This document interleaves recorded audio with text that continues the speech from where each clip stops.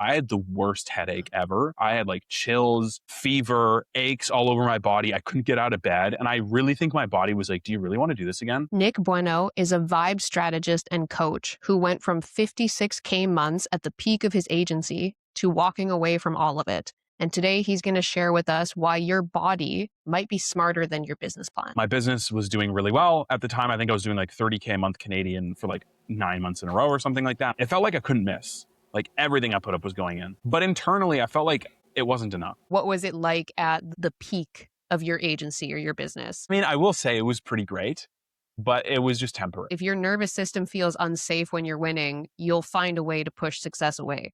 So do you feel like that's something you saw that in yourself? Something that I realized that also led me to this work is because I felt deeply unworthy of being seen and having lots of money. How do you know when you are pushing too hard versus when you're just being lazy and calling it ease and alignment? There's one common denominator in all of those things. I literally cannot with a straight face be like, it's everybody else's fault. I sold the first $99. I felt like the richest man on the planet, truly, because I was willing to have courage and step in the direction I wanted to. I was willing to stop hiding and actually build something that I believe in, that's true to my philosophy on life, not just what I'm doing for work. Part of why I think the question, should you follow your passion or should you optimize for money, kind of misses the point in the first place, is because you're asking it from a place of, these are the only two things that matter. These are the only two paths I can take. There are always an infinite amount of paths that you could take. Welcome back to the show, Nick. Second time on the show. Thank you. Welcome. I'm so stoked. I'm so excited. It's so weird talking to people in North America and they're like, yeah, I just got up an hour ago. I'm like, I'm going to bed after this. You can see my window outside. That's what outside looks like. That's not like a weird painting or something. So what a blessing it is to be able to do this with people across the world. What an amazing time to live in. Yeah. This is the earliest Inspired Idiots interview I've done, but I knew with you being in Thailand, I was like, it's going to be a stretch one way or another. So I will get up early. Yeah. I mean, daylight savings is it's going to help us out in a couple days. And then hopefully Manitoba takes the BC route and just doesn't go back, but it'll be okay. Yeah. It'll be okay. Don't get me started. I've been a rooter for them just getting rid of daylight savings for a very long time now. I feel like it's just 2 times a year. It just messes everybody up and doesn't really serve people the way that they claim it used to, but that's besides the point. How is life in Thailand is what I was trying to say. Life in Thailand is fantastic. It's it's exactly what I was hoping for when I came here in the first place. I moved almost a year ago now, which seems like not that long ago, but also so much life has happened between then. Like I got married, I bounced around a bunch of places. My entire department got laid off. I was working multiple contracts. I was posting content. I'm working together to get this offer together. It's launching like after we're done. I'm going to send the email, be like, it's live. And then I'm going to go to sleep. But so much has happened. So it's felt like a long time, but it hasn't even been a year, which feels crazy. But Thailand is amazing. It's really great. My wife and I love living here. It's very warm, obviously. The food's great. The people are really nice. And I think that there are no solutions in life, I think. I mean, I shouldn't say that. I think there are mostly trade-offs with the decisions you make.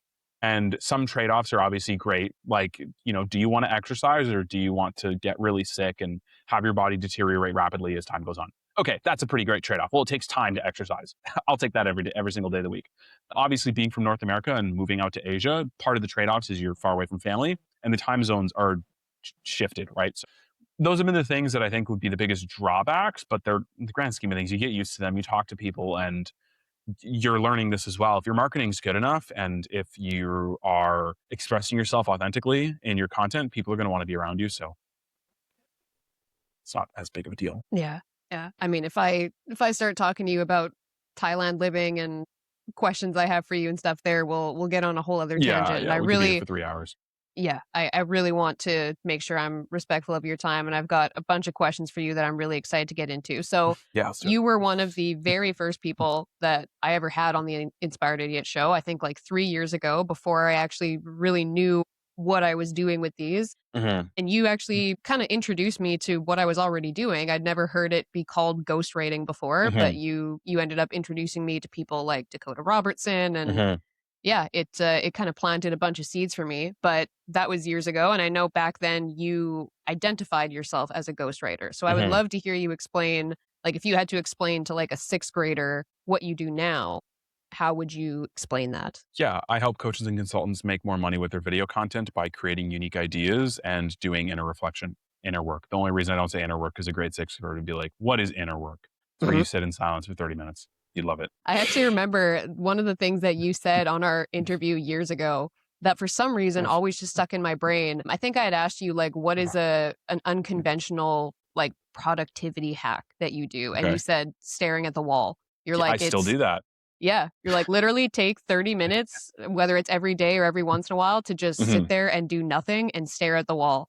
And I don't know why, it just always stuck in my brain, because I think especially if you're building your own business and you get super busy, it becomes really easy to either always be doing something or always be consuming something. And we end up kind of cutting out that neutral time, and we don't give ourselves any time to just like let our mind be. So I always think about that. I'm like, I remember Nick Bueno saying that he loves staring at the wall. Have you tried it? I wouldn't say I stare at the wall, but I give myself neutral time where like whether I like am going for a walk or I'm doing dishes or something, the temptation is to like listen to an audiobook or listen to a podcast and continually have that input. But I had a mentor like recommend this to me. She's like, give yourself neutral time where you're not outputting and you're not inputting, because that's the space where you're giving your brain time to like integrate everything that you're doing. And as soon as I started like prioritizing that again, I felt like my shoulders just like permanently dropped a little bit. Yeah. Well, you know, the worldwide phenomena of shower thoughts. You know why they're shower thoughts. It's not like they put something helpful in the shampoo that unblocks your pineal gland.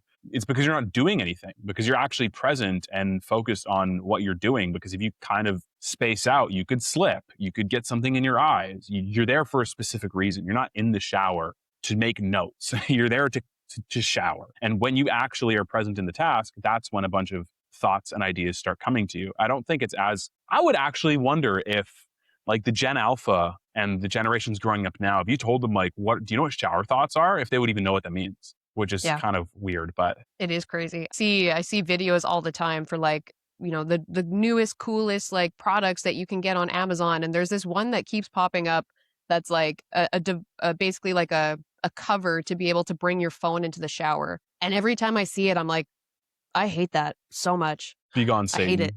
Yeah. Go away. Yeah. 100%. So what's interesting to me, like the more I was looking at your recent content, and I mean, I've followed you on social media since our last conversation years ago, and I've seen an evolution in the topics you talk about and the way that your business seems to have shifted. And what's interesting to me is that it seems like in your work now, you still use a lot of your ghostwriting skills. Like you help your clients with their video content and their email funnels, but you've repositioned your services. So whereas before it's kind of felt like your message was like, you know, I help people communicate better. And now it's almost more like I help you become someone that you actually believe is worth people listening to. So I'm curious what made you shift from ghostwriter to what you call yourself now, which I know you call yourself a vibe strategist. Yes. And what I do now, part of that is the shift of the scope of work. I try not to do as much done for you work.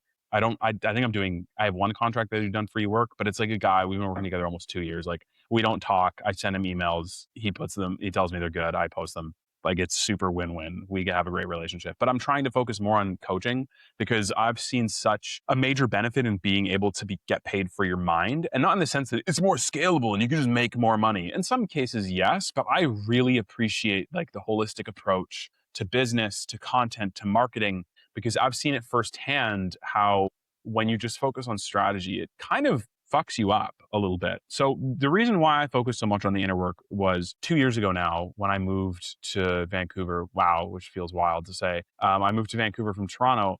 I had a very interesting moment where I was about to move and I was in a relationship at the time it was just not going very well. No disrespect to that person or anything, or, you know, it's not, you know, pointing fingers or blaming anybody, but it just wasn't what I needed. And I knew that this environment just wasn't something that I could keep going on for much longer. And a lot of things felt like they were on fire internally. My business was doing really well at the time. I think I was doing like 30K a month Canadian for like 9 months in a row or something like that. And I wasn't doing much cold outreach. It felt like I couldn't miss. Like everything I put up was going in. But internally, I felt like it wasn't enough. We'd hit 20K in a month and I'd be like, fuck man, I need to make like 30K to be able to fly home for Christmas from Toronto to Winnipeg, which was like $200, by the way. And it got to the point where my body decided to tap me on the shoulder and say, hey, we want you to look at something. So I was watching the Super Bowl. My brothers and I were just on the phone. Like, they were in Winnipeg. I was just in Toronto. We were talking and watching it. And after it was done, I felt this pain in my body, in a body part that men have, that women don't. And I was like, that's weird. Whatever. It's probably not a big deal. I'm just going to go to sleep and it's not going to be a problem. So I go to sleep and I wake up in the middle of the night and it's like 13 out of 10 pain. I'm like, okay, I'm going to go to the hospital. So I go to the hospital and the guy's like, okay, there's two things. Either one, you're fine and you should go to a walk-in, or two, you have this thing called testicular torsion and you're going to die in 6 hours. And I was like, okay, which one do you think it is? Because I'd love for it to be the first one, but if it's not, that's not good. And he was like, yeah, you're probably okay. I'm like, okay. So I went to the walk-in the next day. I'm talking to the doctor and like, I'm sure, women get this advice often to check cancerous lumps. Men get the same advice on a more southern region. I've done that in the past. Like, that's not a new thing. I took it to heart once when a doctor told me when I was like 13, he's like, make sure that doesn't happen to you. And I was like, okay. And so I've had situations where I'm like, okay, I need to get checked out. Things are benign. Okay, cool. Not a big deal. I kind of know the drill. This was troubling me because I was having a lot of pain. And by the way, if this is too far, like, let me know. I don't have to go into details on this stuff. But I was in a lot of pain and I was really confused because I was like, internally, I knew what was happening, but I just didn't want to admit it to myself. And so I went to the doctor's office and he's like, yeah, you're fine. Like, it's not really a big deal. Like, it'll be okay. And I'm like, okay. And I left the doctor's office and I felt the pain go back up to 13 out of 10. Like, when I went into the office, it was like, just sank. And when I left, went way back up. And I'm like, okay, this is really starting to freak me out. So the next day, I'm like, oh, I'm fine. Okay, I'm cool. It'll be all right. The day after that, it's like at a 15 out of 10. Like, I can barely get out of bed. I can barely move. I'm in so much pain.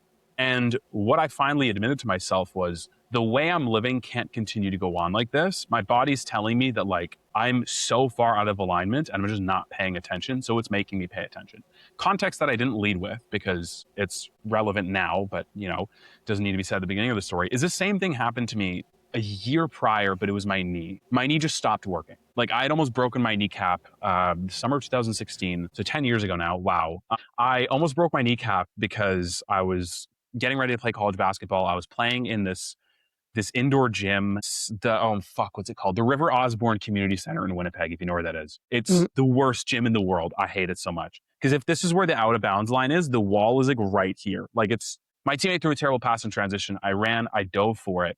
As I was diving for it, like, I had this Matrix moment where time slows down and I'm like, I should have hit the wall by now. Like, why haven't I hit the wall? What's going on? And I turn, and as I turn, like, literally the wall is right here. And I'm like, fuck. So I try to like angle myself, but I just bang my knee against the wall, cement as hard as I can. I almost broke my kneecap. I waited like a week, 8 days, and then it was fine. I'd never had issues with it after that. Literally, not even when I was playing. Not like, it's kind of sore. It was literally like, I could hear it kind of click when I'd squat, but it's not a big deal. So a year before this situation happened where I went to the hospital and either I was okay or I would die in 6 hours, my knee literally just gave out. It just stopped working. And I had to go to physio. I was super stressed out. The relationship I was in was super on and off, and like, it was just really tense. And it was a mirror of everything that I was going through internally, but I didn't see it at the time. And so I'm like, I'm just in so much pain because, like, this is such an awful scenario for me to be in. And then I'd throw myself back into the scenarios over and over again. And my body's like, I don't think he's listening. Like, let's get his attention a little bit more. And so I know that's why it happened, because when I went to get an ultrasound, the guy was like, there's nothing wrong with you. It came back clean. I went to the walk-in multiple times. I got an ultrasound.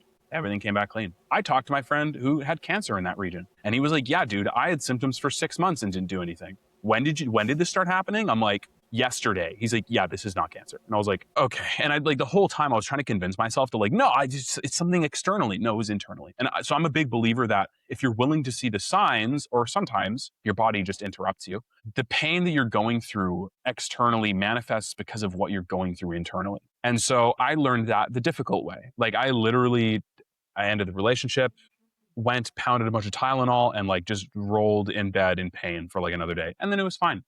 And that never came up again. It was just like in and out. Okay, you listened, you got the message. We'll see you later. Funny enough, I was in another situation where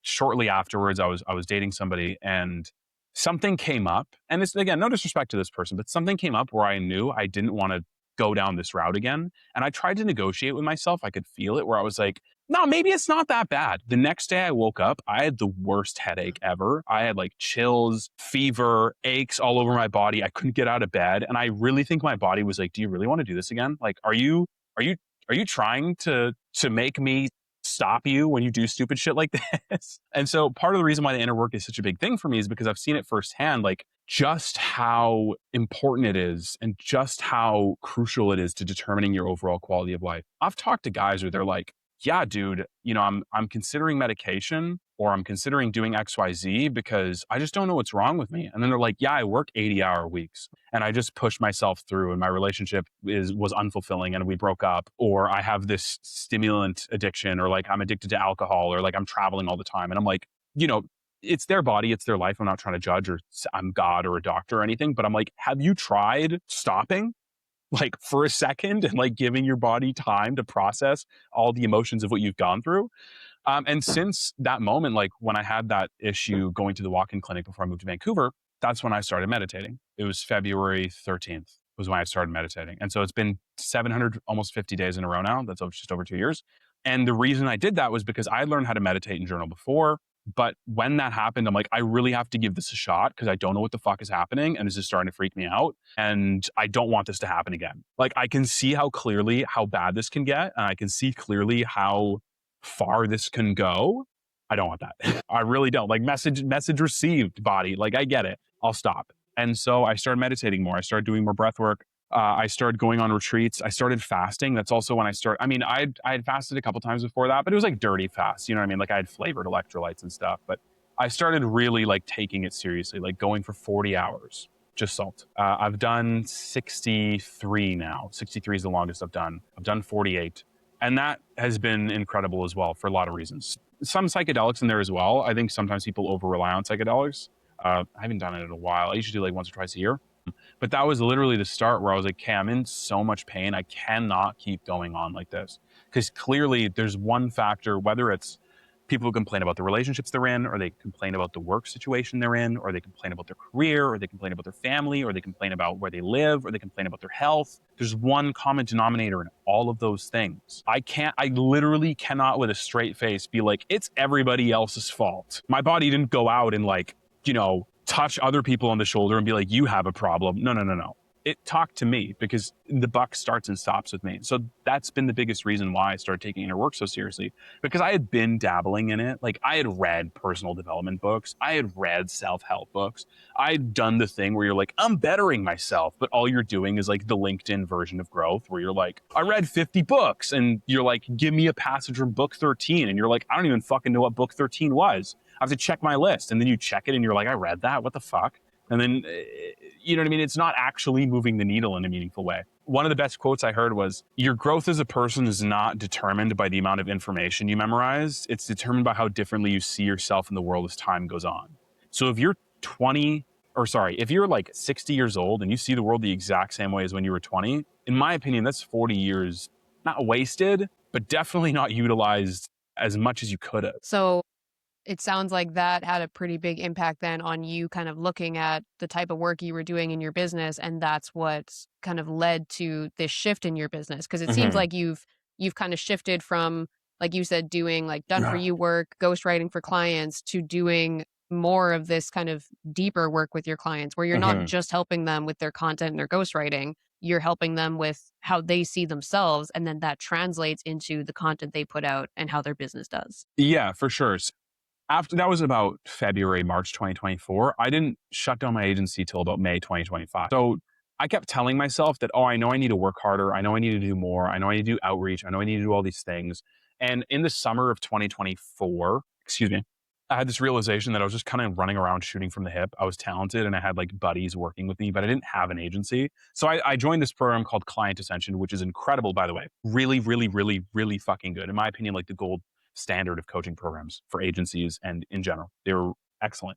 And they basically taught me like how to create an offer for myself, how to build a landing page, write a VSL, do proper outreach, how to structure your content, how to send emails to people automatically when they book in with you, how to do all the maintenance stuff and be an adult and, wear your big boy pants as a business owner. And it helped. Like business slightly decreased from 2023, but not by much.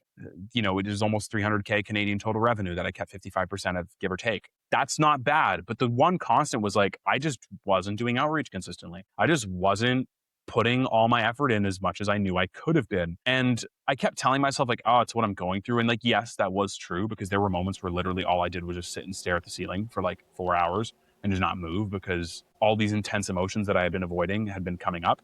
But when I decided to shut down my agency, I'm like, I actually don't like doing my agency. Like, it's fine. My friends and I work together and it's cool, but I could also sense we all wanted to go in our own different direction.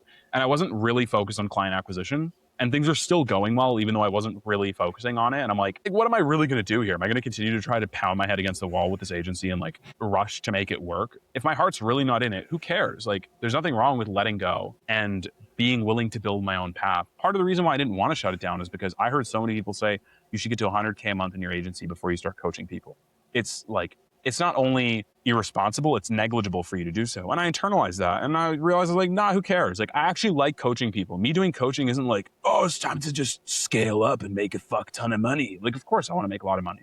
No shit. Who doesn't? But I actually like coaching people. I actually like talking to people. I actually like that process more than I like the agency. And there's a certain acceptance that I had to make of, why aren't you doing outreach the way you know you can be? Because I don't want to do it. Okay. Do you want to do this agency model? No. But I didn't want to admit that to myself, because it was kind of scary to realize that I could, I could just go into the unknown and let it go and choose a new path, and it's not going to be a big deal, right?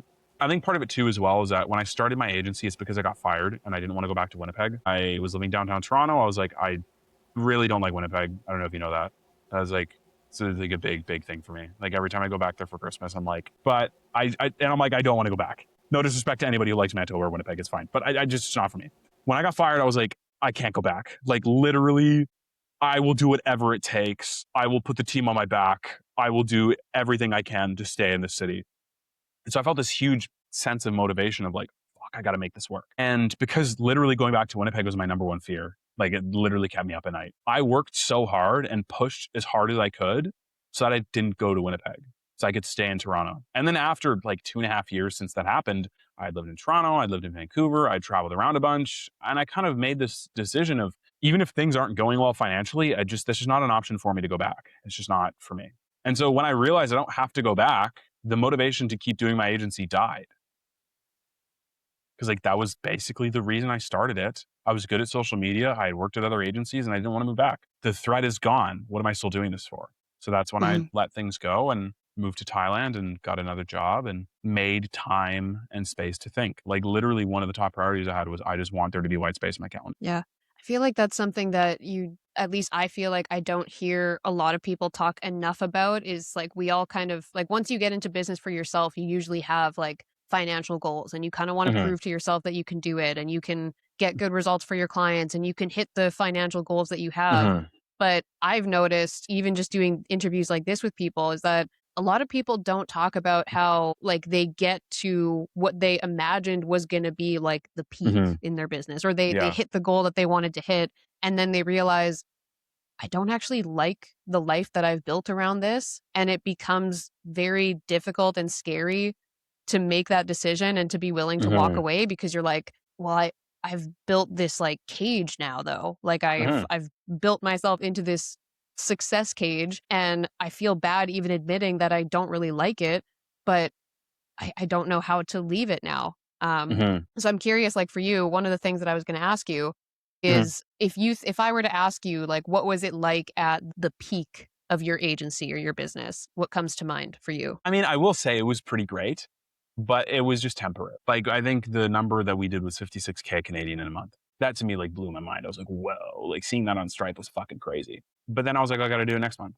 And I still did like, I don't know, 20 or 30K or something like that the next month. And it still didn't feel like enough. I was like, how am I going to make enough money to move to Vancouver? And so if you're listening to this asking, how the fuck do you not have enough money to move across the country? It's not like you're, moving a family of 35 to Vancouver on this budget you have. What's going on? Something that I realized that also led me to this work is, because I felt deeply unworthy of being seen and having lots of money, the money coming in was not staying in. I would find ways to get rid of it. Like, literally the analogy I would use and the terms I would say to myself was, I have to get rid of this. Like, I have to clear this credit card. I felt so much relief paying the credit card off. I felt so much relief letting the money leave the account. Now, when the money supply got a bit lower, I did feel some sort of resistance or some sort of discomfort.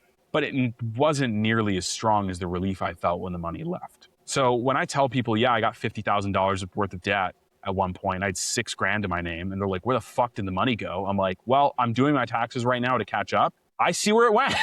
And like, I can see clearly where this money went. And it wasn't, some of the decisions weren't made from the most aligned, holistic, worthy place. It was just more so I want other people to fix me because I don't think I can do it. Yeah. Oh man, there's so many things I want to say to that, but that made me think of something that you said. I think it was in your YouTube video that I think your quote was, if your nervous system feels unsafe when you're winning, you'll find a way to push success away. Mm-hmm. So it sounds like that's kind of what you experienced. Your agency was hitting these big numbers, but you didn't feel like, you felt like the money wasn't enough because you kind of questioned if you were enough and if you were like deserving to actually accept this wealth into your life. So do you feel like that's something that you, obviously it sounds like you saw that in yourself. Do you feel like you see that in the clients that you work with as well? Excuse me. With this new offer or just in general? I mean, yeah, sorry, just in general, you mean? Yeah, just I'm wondering if that's something that you've seen repeatedly in the clients you work with as well. Like Yeah, I think it's totally. a common thing. So not just with the clients, but the contracts I've worked. Like the last job I had, I was an employee, and I'm not going to say any names of people I've worked with. But a big theme of what kind of frustrated me and was a driving factor to build this offer is because I've worked with multiple big players in the space, like big players who people know about. I remember once I was at a men's group mastermind, and I was not happy with the job I was at, and I told my buddies about a post that my boss made, and my friend was like, "That's your boss?" I'm like, "Yeah." He's like, "I didn't know that." I'm like, "Uh huh." And so multiple 6, 7, even 8-figure business owners doing coaching, agencies, and some of the decisions I see them make are just ridiculous, like just terrible. And I'm like, where are you making this from? Even a client I had, and I'm friends with this guy. I like him a lot. We talked on a personal level a lot, and we still stay in touch. But he was a business owner. He was running a 7-figure business. Really smart guy, really intelligent, really applied himself, worked really hard, had really difficult background growing up. When I first started working with him, because I've been trying to close a deal for a while, like it took me 6 months to get the deal over the line. He brings me on and he goes, "Okay, dude, I'm so excited to work with you." I'm like, "Me too. Holy fuck. I know we're going to kill it." And he goes, "Here's this idea I have." And I was like, "That's literally the stupidest thing you could do other than like going to jail or like killing somebody. This is the dumbest thing you could do." And he was like, "I think it's such a smart idea." I'm like, "It's actually so brain dead. And like, I cannot hit the alarm bell harder by telling you not to do this." I'll tell you off camera what it is. But he's like, "No, dude, if this works, we're going to be geniuses." He did it. It failed. It literally tanked the business. And so like, after he couldn't afford to keep me on, he kept asking me, he's like, "I don't know what the problem is." I was like, "Dude, you have to undo what you did." And he's like, "Do you really think so?" I'm like, "Yes." And then he did it and he was able to build some momentum back. But by that point, it was like 8 or 9 months from the decision he made. And so I asked him when we were still working together, I was like, "Do you think you're addicted to the high?" And he's like, "No." And I like listed all the things I know about him, about his tough background. And, you know, he had such a bad car accident that the doctors didn't think he was gonna be able to walk. He had to sell his business. He's come back from so many intense moments. Like I listed all these out to him and he thinks for a second. He goes, "Okay, yeah, I do." And I'm like, I've seen this with so many entrepreneurs. Guys who I've worked with make questionable decisions just because they got emotional in the moment. And I don't say that in a mean way, like emotions are bad. I've been in the same boat. I can see it because I recognize it in myself. So yeah, it's a huge theme, and it's something why I'm so passionate about it, is because it literally does not matter how much money you make. It literally does not matter a single iota. If you do not feel worthy of it, if you haven't done any form of like reflection or have any awareness, you will drive according to the thoughts in your unconscious mind, and you won't realize it. And you'll be like, "Why am I doing all these stupid things?" Yeah, I believe it. And I mean, that actually makes me think of, I read one of the emails that you sent out recently, and you said something in there that like really resonated with me. You said the energetic state you're in when you take action is more important than the action itself. And it kind of made me think of that phrase, like we've heard this a lot in sales, that like selling is a transfer of emotion. So that kind of stems from the similar place. So I'm curious, like, what do you feel like that's something that you experience in your business, that the kind of energetic state that you're in when you do something ends up being more important than the action you take? Percent. Like literally, I think I talked about this. I don't know if you saw my email about the power outage that I had, but I wanted to do something. I wanted to launch my offer, and then the power went out. And in that moment, I came to this realization of I was looking at it from the wrong angle. So I think the easiest way to explain this, and a lot of people go, "No, action's all that matters. No, no, no, you're wrong. No." this guy told me this actually. No, this guy has 1 million followers. Andy Elliott told me this, blah, blah, blah. Like, you understand this because you're married, right? I'm married as well. What's more important to you? Somebody telling you the words, I love you, or somebody telling you something nice about you, or you feeling they appreciate you? You feeling they actually love you, them doing nice things for you, but it's not out of obligation. Because them telling you, I love you, but their energy not aligning with it is not the same. Them Mm-hmm. doing something for you, but you know they did it out of obligation. You know they hate doing it. It's like that movie, The Breakup, with Vince Vaughn and Jennifer Aniston. I want you to want to do the dishes. Why would I want to do dishes? That's the whole point. The energetic state matters. So everybody recognizes that in relationships. So of course, I want somebody who like actually shows me love, just doesn't tell me and it's empty. Okay, why would anything else in life work any other way? You act desperate and try to like nickel and dime people and take their money and they're just going to be thrilled about it and just open their pockets more and more and everybody's going to be happy with you. That makes no sense. Mm-hmm. You're going to act from this place of desperation and you need to make content to get clients and make money and you think people aren't going to notice this fucking schizophrenic look in your eyes when you get on camera. Like, okay, have fun. That's actually, remember, you ever heard of the book, The Game by Neil Strauss? Have you ever read it? I haven't read it either. I heard the synopsis. I'm like, I don't need to read this. But one of the points in that book, and those guys who were in pickup artistry at the time, was a lot of guys thought that you need to be rich for women to like you. That's actually not the case. It's the entire energetic exchange and the interaction and what happens when you're with the person that makes them attracted to you. That's the same thing with money. That's the same thing with business. Like, as something I've realized as well in my own relationship is money and finances are something I can control, obviously, but there are going to be things that happen and I might not be able to make as much in the interim. Sometimes the number goes down. I'm experiencing that right now. If I can provide emotional safety for my wife, if I can be present for my wife, if I can be the mountain in the storm when things aren't looking as good for my wife, it does not matter what is happening financially. I can have the confidence that I'm going to turn it around and she will also feel that from me. And that's been such a game changer for me. Such a game changer. Like, my wife told me, she's like, I feel so emotionally safe with you. That's the best thing she can tell me. It's not, oh, I respect you. I mean, of course, I think she respects me. Of course she respects me. But it's not like, oh, you do X, Y, Z, you make all this money, you do all these things. The fact, like, I feel emotionally safe with you, that's what I feel most proud of.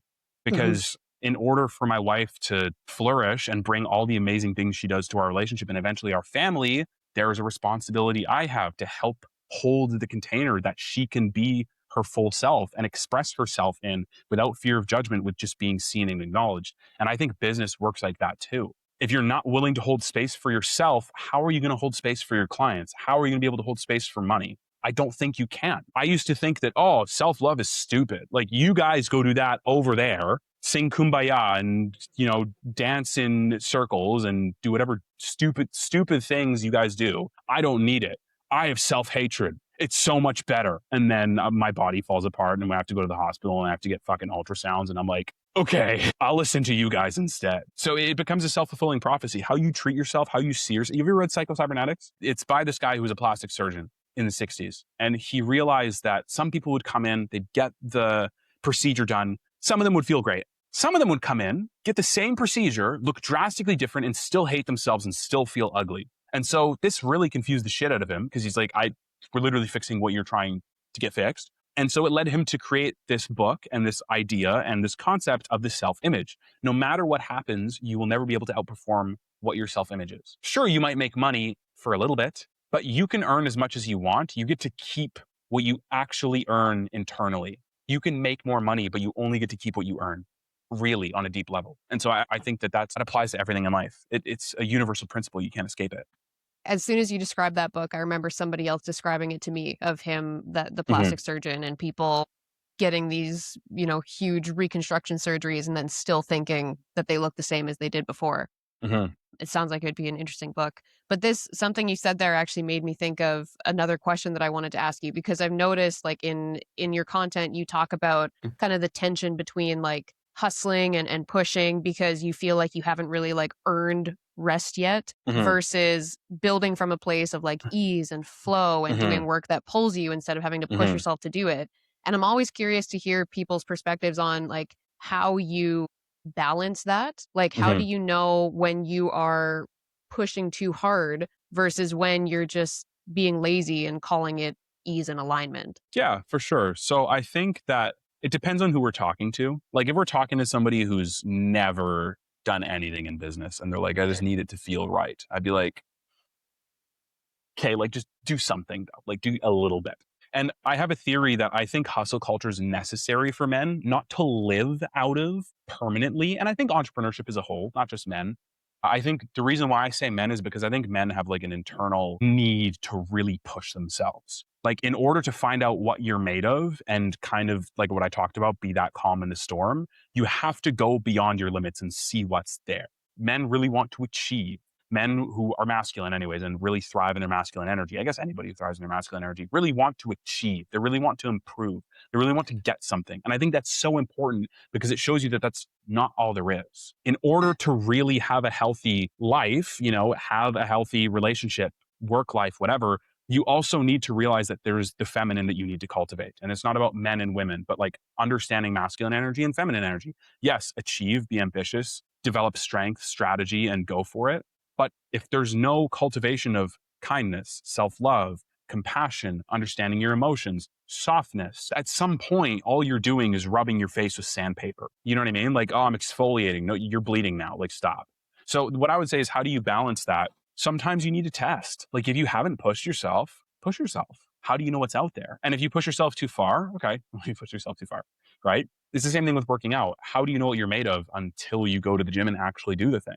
So for people who are at the beginning of their journey, I would say try things out, follow what lights you up, but try things out. And for people who have gone completely apeshit and tried things out and worked super hard, I would ask them, what does your rest protocol look like? And going on your phone doesn't count. Like, and look, I have moments where I'm like, Catch, I want to watch YouTube for like 20 minutes and do nothing. Okay, cool. But that's not rest. That's me vegetating, which is still valuable, but it's not nearly as valuable as people think it is. Like if it should be spent this much time vegetating, a lot of people are doing like this. What's your rest protocol? That's what I would ask. So I'm curious about you. What's your rest protocol? Do you have one? Yeah, honestly, it's doing nothing. Like we were talking about before getting on the call, this concept of like active time of like, you know, actively working on something and you're focused on your output. And then there's passive time where you're like taking in information or you're researching or you're listening to an audiobook or a podcast. And I think a lot of people get that confused with resting because they're like, oh, I'm not really doing anything. Like I'm just listening to this audiobook, but you're still taking in information and you're still giving your brain new shit to process. And then there's neutral time where you're not outputting and you're not inputting. So when I learned about that concept that like time kind of exists in these three dimensions, I had this like big aha moment where I was like, I've completely cut neutral time out of my life. I'm always either working on something or I'm taking in something. And it was almost coming from a place of fear of not doing anything where like, even if I was like doing the dishes or going for a walk, I had this feeling like it needed to be productive. Like I can't just go for a walk. I should be like listening to this podcast because I got to be thinking about my next interview. And I realized that that's why I felt like my brain was always at like 90% capacity because I was never giving myself space to just like let my brain integrate all the things that were running through it constantly. So when I learned about that and I realized like, oh, I've completely cut neutral time out of my life, I actively look for it now and I give myself space to have it. So when I go for a walk, I'm not listening to anything. And when I'm doing the dishes, I'm just focusing on doing the dishes and being present doing that. Or we were talking before about like shower thoughts. Like I don't even like have music playing anymore if I go in the shower. I'm like, I'm just going to give myself some space to be with myself. And the more I think about it, the more I think that's why a lot of people probably cut out neutral time because a lot of people are really uncomfortable just being alone with their thoughts. So that's a big thing. Sorry, go ahead. No, that's okay. That's my answer is I've just put these activities back in my schedule that I just allow myself to just be during them. It's a good answer. And a lot of people don't have anything. And I'm not saying you need like a 12-step process or like anything crazy, but if you don't have anything, start developing a relationship with that, right? There's that great Blaise Pascal quote that you said that makes me think of it. All a man's problems stem from his inability to sit by himself with his thought for 30 minutes, right? And if you told people, they're like, oh, well, I don't need a rest. You're like, okay, well, do you go to the gym 7 days a week for 12 hours a day? They'd be like, no. You're like, okay, so you're clearly familiar with the concept. Do you sprint all day, every day? Like, just never stop running? Okay, you don't. Okay. Do you spend every moment of every day, all the time with your partner? No. Okay. And so really that to me boils down to the thesis in psycho-cybernetics. It all comes down to the self-image, right? I was talking about another friend I did a podcast the other day, and I was telling her about this concept my buddy told me about. He's a men's coach, and I think this is so good. Like, fuck, I tell everybody I know about this. He said 99.999 repeating percent of people on the planet would benefit from the right relationship. Keywords, the right relationship to you, your needs, your desires, etc. And when he tells people that, they go, yeah, well, I'd rather be single than be in the wrong relationship. He's, yeah, that's not what I'm saying. To be in the right relationship, a healthy relationship for your needs and their needs, 99.99 repeating percent of people on the planet would benefit from that. And they go, yeah, you're right. But they don't change their thought pattern. They don't change the way they see themselves in relationships because that requires some level of introspection. Okay, well, if that's true and I agree and I believe that to be true, why don't I have that? What am I doing or what's going on that I'm not attracting that? And this isn't to blame anybody or tell them, haha, fuck you for being single, but just more so, like I said earlier, you're the common denominator. So if you're not attracting that, it forces you to actually think like, well, why not? And I actually need to do something in order to change my circumstances, or I need to shift my beliefs in some way. And so when it comes to things like money or relationships or success, a lot of people tie very intense meanings and identities to these things, which is why it's hard for people to conceptualize the idea of resting instead of working. When I could be making more money, that's my validation. Or I could be making more money. Why would I rest? That's what they think they need to feel fulfilled. That's what they think they need to feel loved or to have people love them. Same thing with relationships, right? For some people, it's so difficult to change the way they see things. And for those people who aren't willing to change their behaviors or change their beliefs, they go, well, dating's broken. The Western man is broken. The Western woman is broken. Dating's cooked. I'm exiting. And, you know, if that's really what you think, fine. But I'd ask these people honestly, because I used to be in this place three-ish years ago. I thought, oh man, you know, all these negative things about what relationships are like and dating. But the reality was I really wanted to get married. I really wanted to be in an amazing relationship. I was just too afraid to admit that and to actually let myself have that and to let myself go for it because I got hurt and I didn't know how to deal with it. And so taking yourself out of a game that you want success in is not a win just because you're afraid to lose. That's a huge L. You don't get to be like, oh, well, I quit, so I win. No, you lost by default because you can still fail on the path that you don't want to be on. It's like saying, oh, I'm not going to go for my dreams because things are crazy. Who's going to buy for my business anyway? So I'm going to be an accountant. But you spent 45 years hating being an accountant. That's not a victory, right? Not to go off too much on this tangent, but like with the relationship thing, when I talk to guys who are successful, they're in business and they're high achievers, and I ask them, what do you think about dating? And they go, oh, it's cooked, and like the Western woman's cooked, and Tinder and social media has cooked everything. And I go, okay, well, you know, why don't you just find somebody who aligns with what you're looking for? And they go, I can't, it's the market's problem. And I go, well, don't you think that'd be kind of like me saying you shouldn't get in business because the market's really bad right now and there are all these global conflicts happening and, you know, inflation's higher than ever? They go, oh, well, no, but like if you have better skills, then you can still make money. And I'm like, oh, okay. If you have better skills, you can get what you want. I wonder if there are other areas of life that this applies to. And they go, oh, well, yeah, but if you detach from making money, there's so many other people to sell from or sell to and so many other people who want what you have. I'm like, is this starting to like sound familiar about any other areas in life that maybe you're not looking at right now? And so that's always kind of comes back to like the world is a mirror. Your external always mirrors your internal.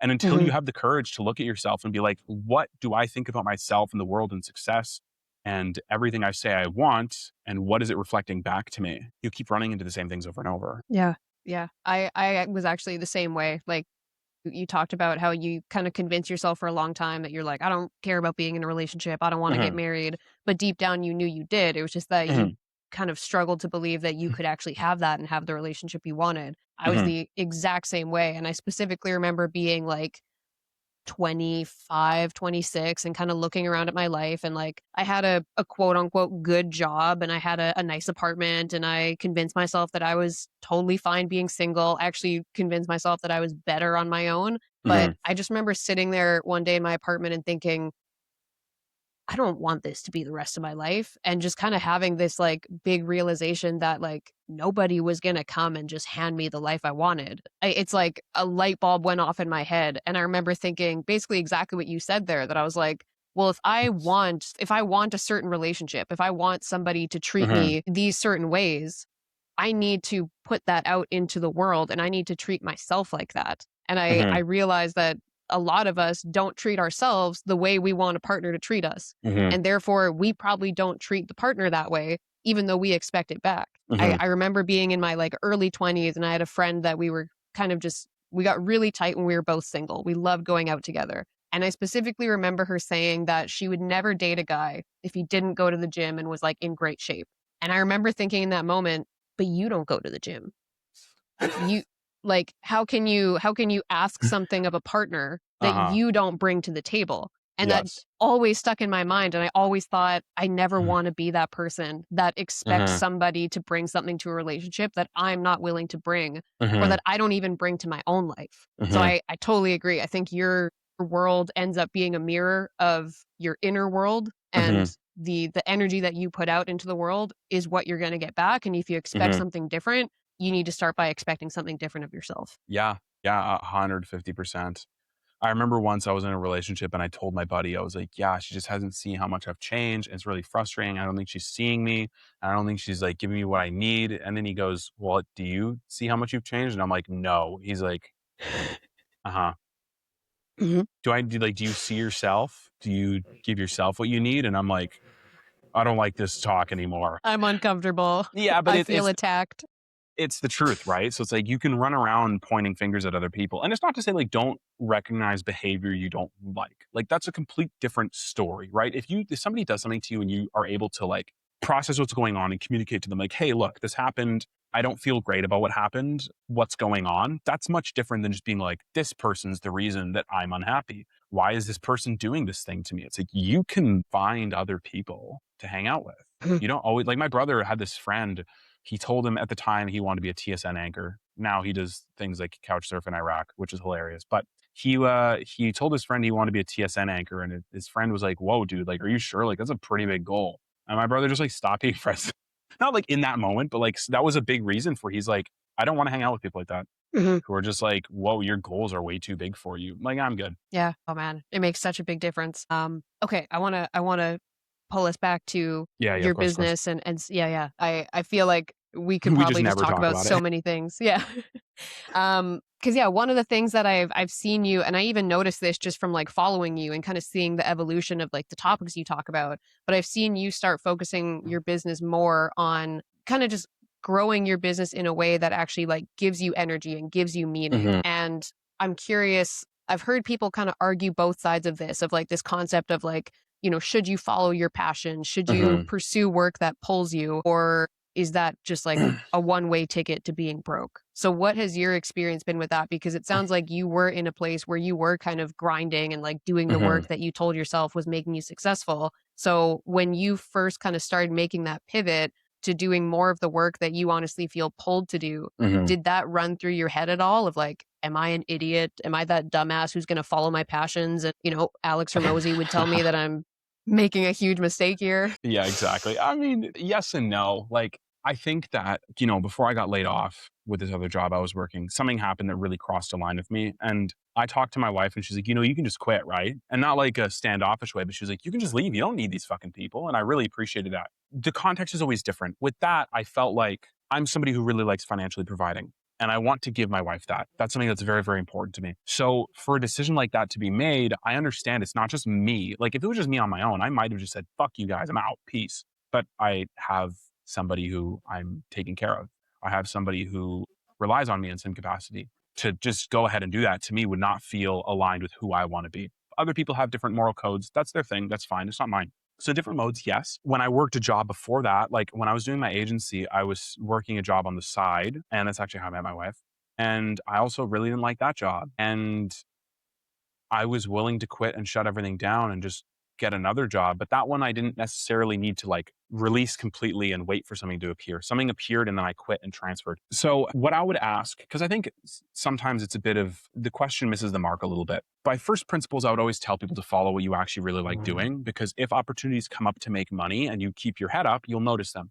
When I did stand-up comedy, I was also doing podcasting. That's how I met the people who hired me for the first agency I worked for. That's how I got into marketing. And because I wasn't attached to life needing to look a certain way and I wasn't attached to a certain vehicle, I'm where I am now. So as long as you keep your eyes up, I don't think you can fuck up, like really honestly. And if you follow things that you really love, you'll never regret that. because you can always make more money. That's the thing people don't tell you. Oh, you'll be broke. Okay. Well, in a year, what's that going to look like? Who knows? Like, I could make 10K tomorrow. You have no fucking idea. Like, there's always more money to be made.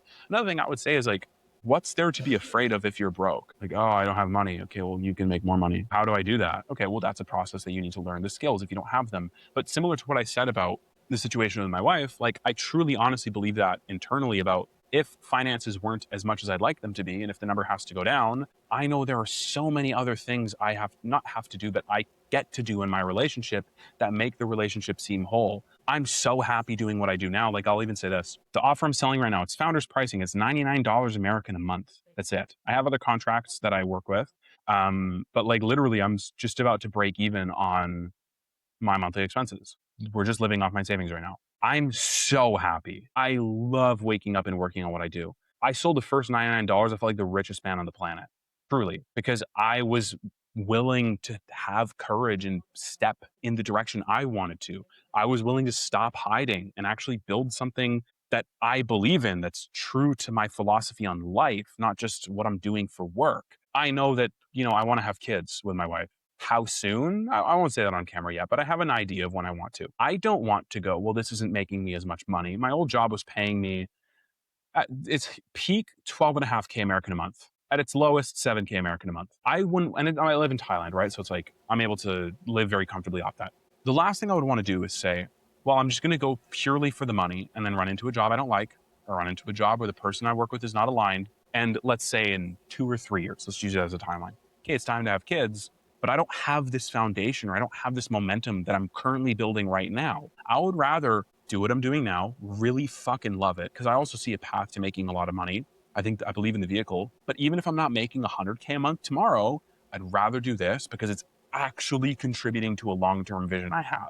This isn't just flying by the seat of my pants. I can see where this is going. And I know that if I keep taking steps along this path, it's going to pay way more dividends in the future than if I just sell out and try to find a high paying job. And then, okay, well, let's say kids are now involved in the equation. And now I'm bouncing around from job to job. And I wish I took a shot on this idea I had years before. So I always say default to do work you love, because you'll actually progress better and you'll get better at it. But if there are other things that pop up, be willing to look at that. But don't be money's whore and just like do shit you hate. What kind of fucking life is that? Oh yeah, I make a lot of money, but I hate it. And I'm like, it's killing me every day and I hate waking up and life is pointless. But at least I get to fly first class. That sounds terrible. I Have love more the way you respect for phrase that. yourself. Yeah. Don't be money's whore. That's so funny.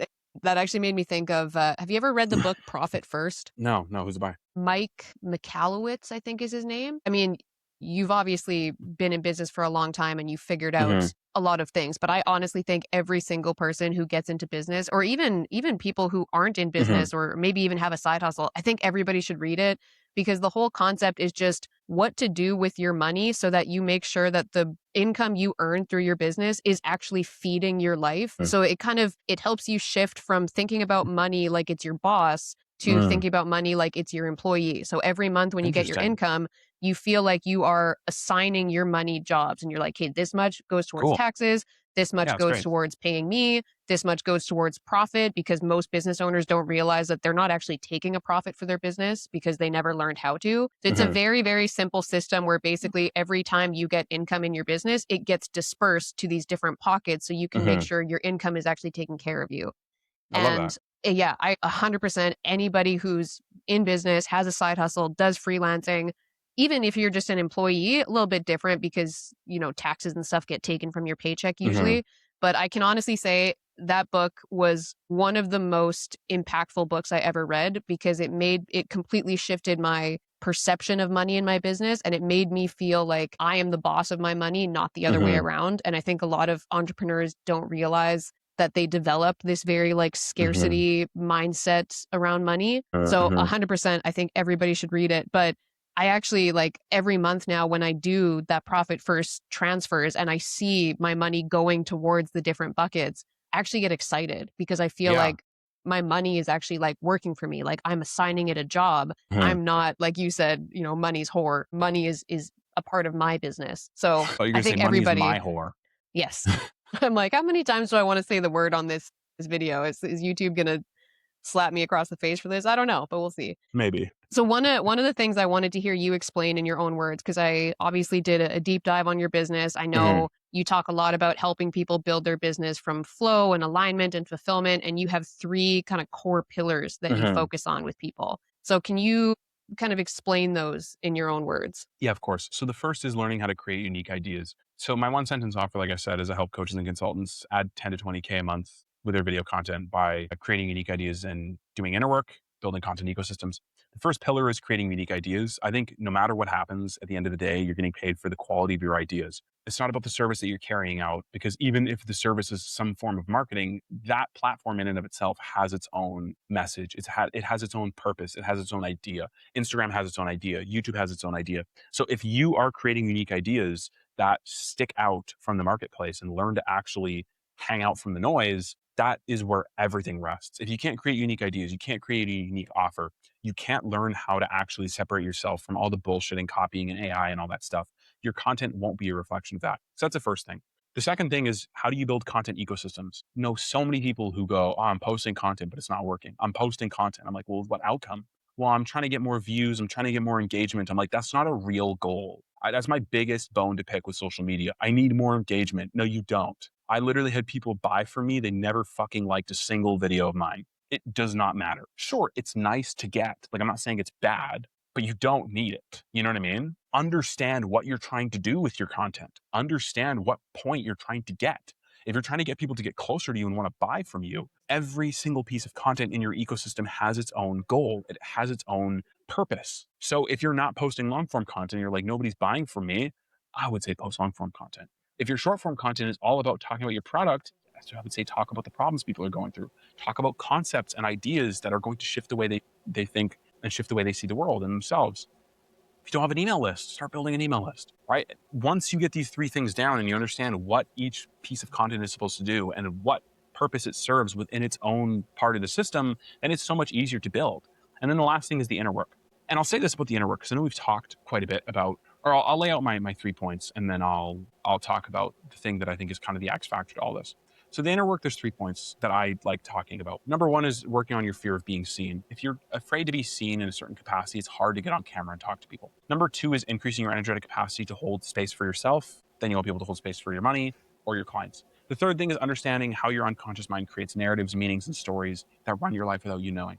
The X factor to all this is, in my opinion, believing in God or higher power, whatever you want to call it.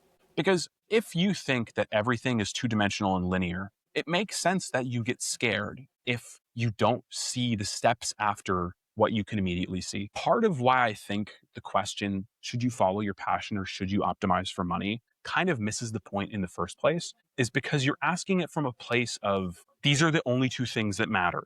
These are the only 2 paths I can take. There are always an infinite amount of paths that you could take. What is going to put you in a position to align yourself with the kind of energetic state you want, with the kind of frequency you want to embody? It's like that Alice in Wonderland story, which way should I go? Well, where do you want to go? I don't care. Well, then it doesn't matter which way you take. If that's how you live your life, it's not going to matter what you do. But if you truly believe that there's something out there that's connecting you to your true desires, that the desires you have aren't randomly placed there, just like thoughts blowing by like a fucking dust ball in the wind, and that you will be okay no matter what, you're protected. There's this physical, larger than life force or spirit or energy moving through all of us that we all get to tap into, that allows you to find like-minded people, opportunities that spring up seemingly out of nowhere. You realize you cannot fucking lose. And if people don't believe in God and they're listening to this, that's totally fine. If people think I'm talking about some guy with a beard and this guy with a pen, that's totally fine. I'm not. You don't have to believe in this part, but I think that it's such a crucial part of the journey, understanding that there's so much more that we're not able to see with our own human eye. And that if you're open to looking for these things, you'll actually find they've shown up way more than you think. If you look back on your life, too many times I've been like, I don't know how things are going to materialize, and they just kind of fall into place. Like, of course I take action. Of course I'm not going to take myself out of the equation. But whenever I really need things to materialize, they always end up working in the direction that I know I need to take, or that I know is going to be best for me. And I think that if you believe in that, and if you really trust that, you can't lose. I'm not making as much money immediately. You can always make more. you have no idea what's going to happen tomorrow. And that's why I say like the energetic state you're in matters more than the action you're taking, because the energetic state allows you to attract opportunities, and certain people are going to be attracted to that energetic state. They're going to be attracted to that frequency. And if you just stay on that and cultivate that in a real way, that will shift more than just taking action because you hope that it gives you validation. That was a good answer. Thank you. Oh man, there's so many things I want to say to that, but this actually kind of segues nicely into another point that I wanted to make, because you brought up like your 6th grade statement. I noticed like in your YouTube banner, it says unique ideas plus inner work equals making more money with video content. And when I read that, I was literally like nodding dramatically, because I see kind of the realization that I've had around like my work and doing content. Because when I started doing these interviews way back when, I thought it was just about making content for people. But I've realized the more I do them, I'm not really interested. We were talking about this before we actually hit record. I'm not really interested in just like pumping out more content for people.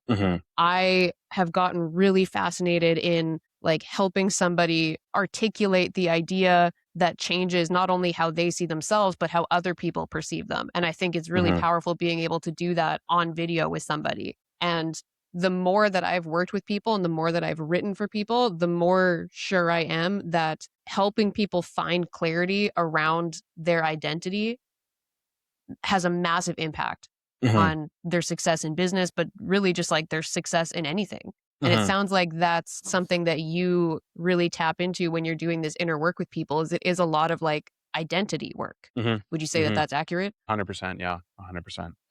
Like, I think I would just go back to the self-image. How do you really see yourself? Do you think you're worthy of making this kind of money? No. Okay. Well, why not? Right. What are the meanings that we're giving things? What are the stories that we're attaching to certain actions, to certain events? Because that's what ultimately will determine the quality of our life.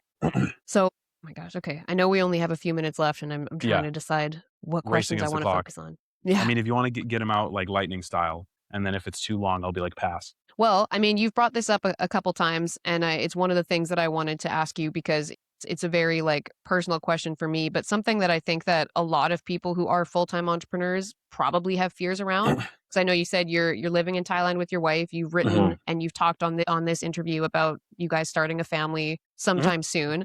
And I noticed, I read in one of your emails that sometimes you feel like super excited about that one day, and then the next day you're like freaking out and you're like, but wait, I don't feel very excited about that today. Maybe it's too soon. I'm fearful, whatever. And I relate to that on a deep level. I feel Yeah. like it's difficult to imagine sometimes kind of doing what we do and living a somewhat unconventional life, and then also becoming a parent on top of that.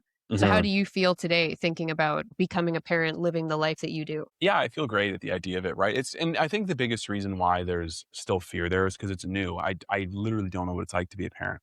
I literally don't know what it's like to have a child and be like, wow, this thing needs me to live. I have to be there for him for at least, however much time for him to just stay alive. Like, that's crazy. Yeah, and I think I've settled more into it in the last couple of days. Like, I'm really excited to be a dad. Obviously, if it happened earlier than I'm kind of shooting for, like, I trust that that's what's best. But it would change the timeline of things and how I view things. But also, like, yeah, I'm a really big believer in having children. I'm a really big believer in starting family, and I'm a really big believer in connecting to things larger than yourself, because it kind of helps keep you grounded. Like, of course, you're supposed to be able to do so, like the same thing as your relationship, right?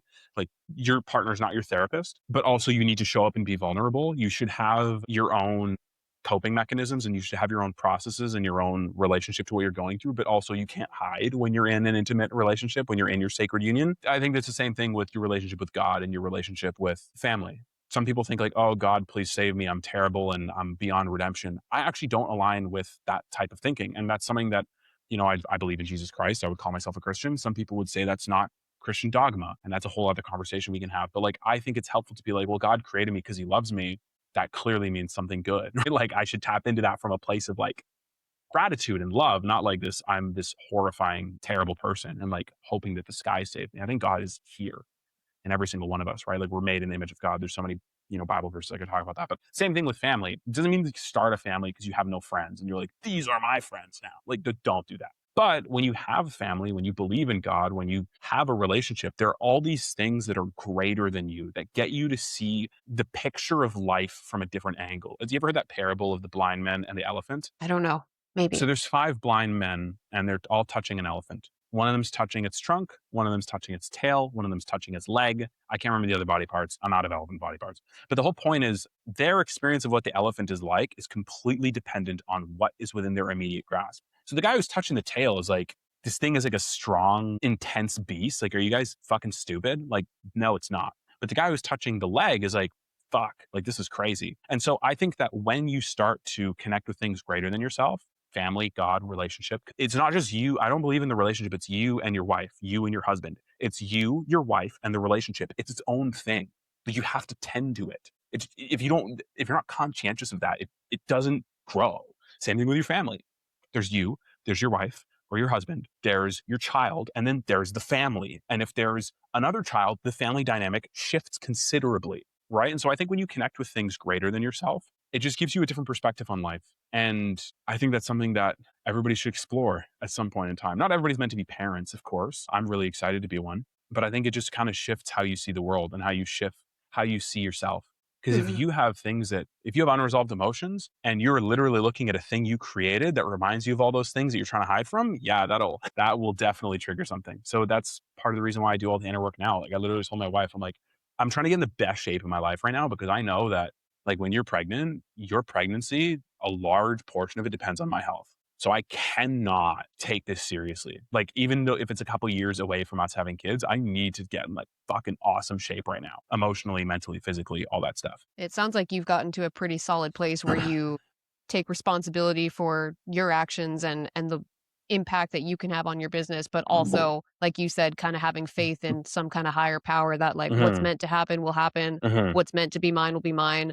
I think everybody, whether it's God or the universe or whatever, I think having some kind of faith system larger than you is actually really important because that's what allows you to, how things progress. You just kind of trust like, this is how they are meant to progress. This is what's going to happen. And I can take all the actions and do what I can to make the outcome that I want real. But at some point, I let go of the wheel and say, like, this is going to transpire the way it's meant to. And what's meant to find me will find me. Totally. So that's cool. Totally. So the very last question I always like to ask people is, we make this content for people who feel like inspired idiots. And in my mind, any entrepreneur, any successful person kind of knows what it feels like to feel like an inspired idiot, where they're like, I don't really know how to do this, but I'm committed to figuring it out. So based on kind of how things have evolved for you over the last 3 years, if you could give one piece of advice to people who feel like inspired idiots, what is the first thing that comes to your mind? The first thing that comes to mind, and I hope this doesn't come across in the wrong way, and this is just because I'm so specific, I'm such a stickler, but I always thought, I'm like, I never loved the name Inspired Idiots because I'm like, I don't think you're an idiot. Like, I don't think anybody's an idiot. Like, you might not know how to do things, and so I guess that this would be my piece of advice. Or I'm like, you can always learn. And I know, like you're using the term idiot isn't like you have little knowledge. I'm probably taking it too seriously. But like, you feel like an idiot. Yeah, exactly. You're never too far away from learning something that could change the course of your life, ever. Like literally, the amount of hats I've worn in my life, like from 17 till now, I want to be a pro basketball player. I became a college player. I wanted to be pro, and then I was in sports radio. I was working for TSN. I worked at multiple agencies. I was trying to do stand-up comedy. I was doing podcasting, and then I ran it's all putting you on the right path. Just trust that you have everything you need. You don't need to add more. You actually don't.